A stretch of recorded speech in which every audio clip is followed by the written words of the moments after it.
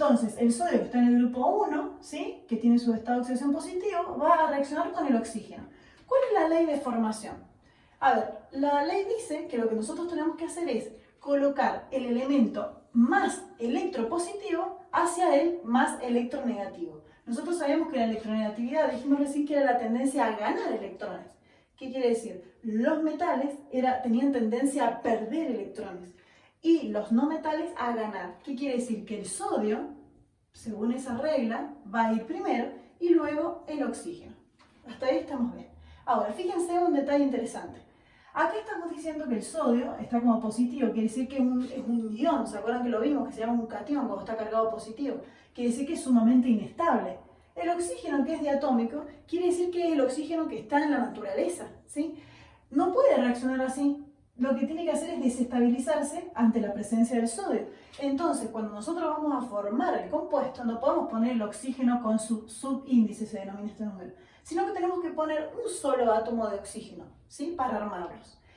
Después de que hacemos eso, lo que vamos a hacer es pensar en sus estados de oxidación. Entonces, vamos a decir, este tenía más 1 y este tenía menos 2, ¿sí?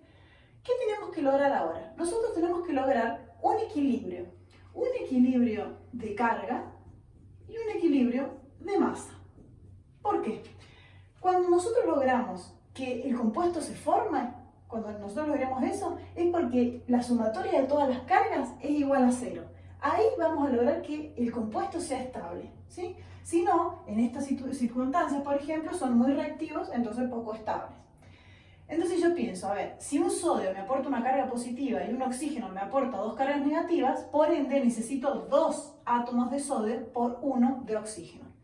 Yo sé que en el nivel secundario muchas veces nos decían que había que intercambiar valencias, ¿sí?, que muchos de ustedes lo conocen esto, pero después siempre digo en mis clases que resultan, digamos que surgen las preguntas que no tienen sentido, las preguntas tontas. ¿Por qué? Fíjense, si yo sin saber por qué hago esto, este 2 lo coloco acá y este 1 lo coloco acá, las dos expresiones son equivalentes, pero surge la pregunta de, ¿este 2 pasa con el signo negativo y este 1 pasa con el signo positivo? Esa pregunta nos está indicando que no entendemos lo que estamos haciendo. Por eso, esto es una regla mnemotécnica. ¿Funciona? Sí, funciona, pero no sirve, ¿sí? No sirve si no sé el argumento de la cuestión. Entonces, ¿para qué intercambio cargas o para qué cuento cargas? Para lograr que el equilibrio de carga sea realmente 0. Cuando yo logro neutralidad, el compuesto logra estabilidad, ¿sí? Entonces, fíjense, contemos ahora. Voy a borrar esto así, no nos equivocamos. Fíjense, tengo 2 átomos de sodio, entonces 2 por más 1 es más 2. Y ahora tengo un átomo de oxígeno que aporta 2 cargas negativas, 2 menos 2 es 0, logré el equilibrio de carga que estaba buscando. Ahora, quiere decir que ya formé el compuesto, ¿sí? Lo que me falta ahora verificar es el equilibrio de masa. ¿Qué habla? ¿De qué se trata el equilibrio de masa? Que los sumatorios de masa de ambos lados también tienen que ser 0. ¿Qué significa? Llevémoslo a la realidad. Si yo estoy en el laboratorio y voy a formar un óxido, no puedo tener más reactivos que productos o más productos que reactivos. Acuérdense del principio de conservación de la masa, el principio de conservación de energía, y digamos que si no lo han visto, está en la teoría, así que visiten las presentaciones que ha colgado el profesor, y verán que Le Chatelier fue uno de los científicos que analizó estas cuestiones y nos invita a pensar todo el tiempo en cómo nosotros aseguramos que se logre el equilibrio. ¿Cómo hago para equilibrar masas? Simplemente cuento al tanteo hasta este momento, después vamos a ver que vamos a utilizar algunas estrategias interesantes. Al tanteo voy a contar la cantidad de reactivos y la cantidad de productos, ¿sí? Entonces yo voy a decir, a ver, fíjense, yo tengo una molécula de oxígeno, pero tengo 2 átomos de oxígeno, ¿lo ven ahí? Y de este lado tengo uno solo. Tienen que haber 2 de los dos lados, ¿sí? Fíjense en el sodio, tengo un solo átomo de sodio y acá tengo 2 átomos de sodio. Entonces, ¿cuál es la opción que yo tengo?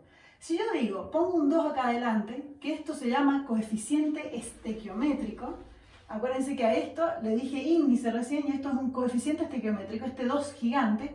¿Qué va a hacer este 2 gigantes? Miren que es algo interesante. Como en matemática, ustedes lo conocen muy bien, va a cumplirse la ley distributiva. Entonces yo voy a decir 2 por 2, voy a tener 4 sodios, acá tengo 1, entonces agrego el 4 de este lado, Y tengo 2 por 1, 2 oxígenos, y acá tengo los 2 oxígenos. De esta manera verifico y compruebo que el equilibrio de masa se ha logrado, ¿sí?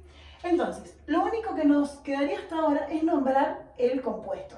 Fíjense que esto es bastante intuitivo, porque este óxido metálico, ¿sí?, lo puedo nombrar justamente en función de los elementos que lo forman. Entonces yo voy a pensar que se va a llamar óxido de el elemento que está interviniendo acá como metal, es el sodio, entonces se va a llamar óxido de sodio. ¿Estamos hasta ahí? ¿Vieron qué simple y qué fácil? No es nada de memoria, no estoy, digamos, acordándome de cosas que no puedo ver. Todos los datos que necesito están en la tabla periódica. Necesito estados de oxidación, están en la tabla periódica. Necesito pensar qué tipo de elementos son para ver si se combinan o no, también está en la tabla periódica. Fíjense que vamos a hacer un segundo ejemplo, permítanme borrar esto, y vamos a hacer un ejemplo interesante de otro óxido metálico, y esos óxidos vamos a hacerlos reaccionar con un elemento. Fíjense, el hierro, por ejemplo, el hierro, si nosotros lo buscamos en la tabla periódica, tiene 2 estados de oxidación posibles. Quiere decir que hay 2 estados en el que el hierro puede estabilizarse cuando reacciona con ciertos elementos. Vamos a hacerlo reaccionar con oxígeno y ver qué es lo que sucede. Fíjense, con la misma lógica que veníamos trabajando, vamos a ir pensando estas cuestiones. Fíjense, voy a decir que este hierro va a trabajar con un estado de oxidación más 2 y este hierro va a trabajar con un estado de oxidación más 3.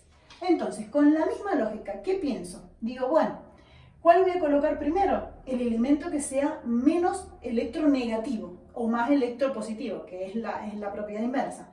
Entonces es el metal, es decir, quien tienda a perder electrones en este caso. Y después vamos a colocar al oxígeno.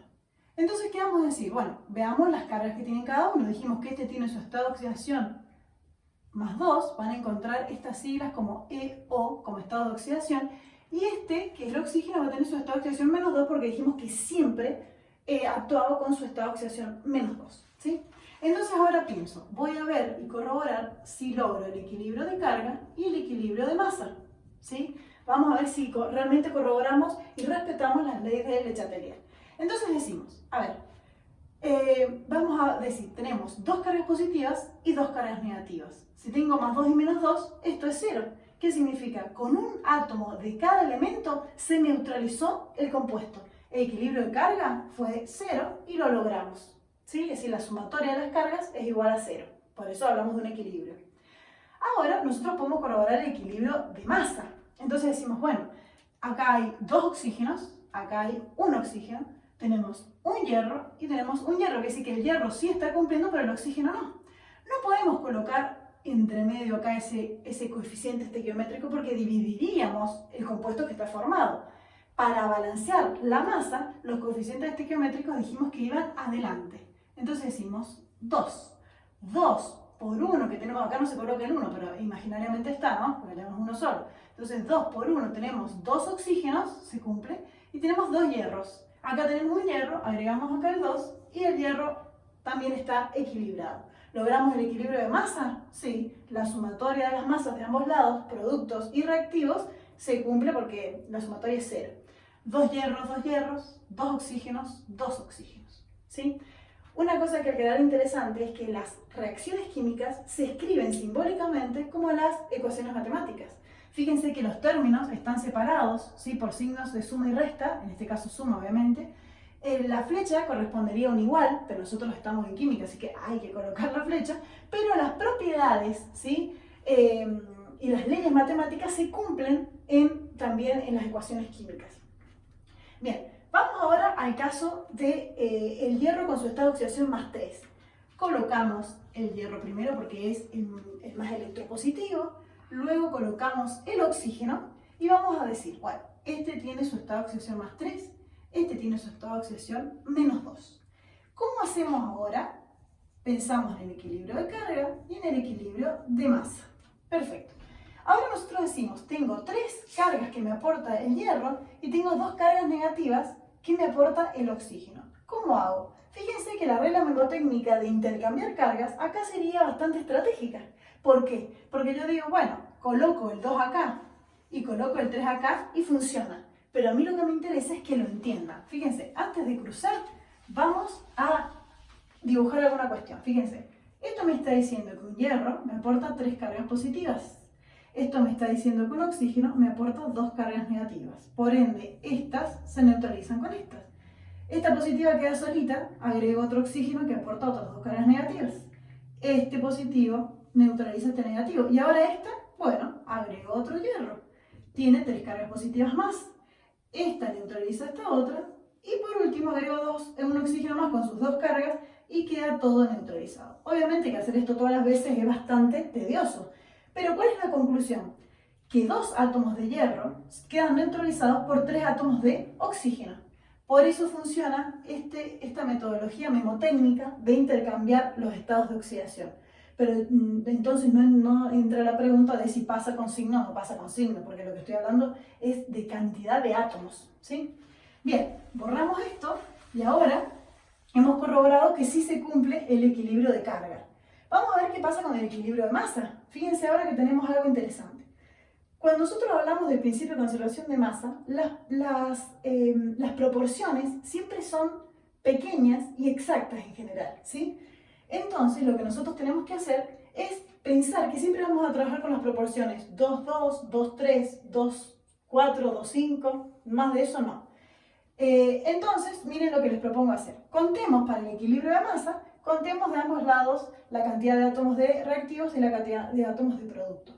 Entonces decimos, tengo hierro acá, tengo 2 hierros acá, acá tengo oxígenos 2 y acá tengo 3. Entonces, a ver, ¿se acuerdan cuando íbamos a la primaria que estudiábamos el múltiplo común menor y múltiplo común mayor, que no sabíamos para qué era? Para esto era. Fíjense, si yo tengo que buscar un múltiplo común entre el 2 y el 3, cuando estoy vinculando al oxígeno, voy a decir que 2 por 3 es 6. ¿Qué significa? Que de ambos lados de la reacción tengo que llevar la cantidad de oxígeno a 6. Entonces yo sé que 2 por 3 es 6 y 3 por 2 es 6. Entonces logré equilibrar la cantidad de oxígenos. Vamos con la cantidad de hierro. Ahora tengo 4 átomos de hierro de este lado y de este lado tengo 1. Por ende puedo colocar el 4 acá y logré el equilibrio de masa. La sumatoria de masa de los dos lados, ¿sí? La sumatoria es 0. Se dan cuenta que el mismo elemento, ¿sí? Combinado de distinta manera, porque el estado de oxidación me está mostrando otra forma de combinarlo con el oxígeno, están dando 2 compuestos totalmente distintos.